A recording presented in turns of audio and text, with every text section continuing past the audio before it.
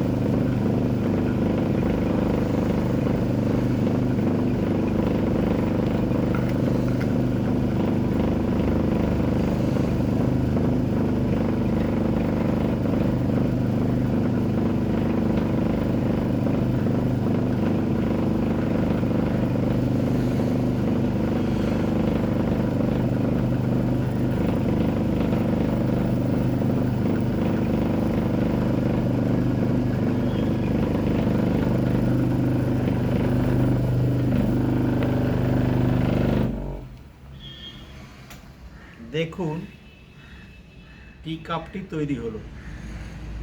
এটাকে আমরা হ্যান্ডেলও ব্যবহার করতে পারি, এভাবে হ্যান্ডেল বসিয়ে দিতে পারি, উইদাউট হ্যান্ডেলও ব্যবহার করতে পারি।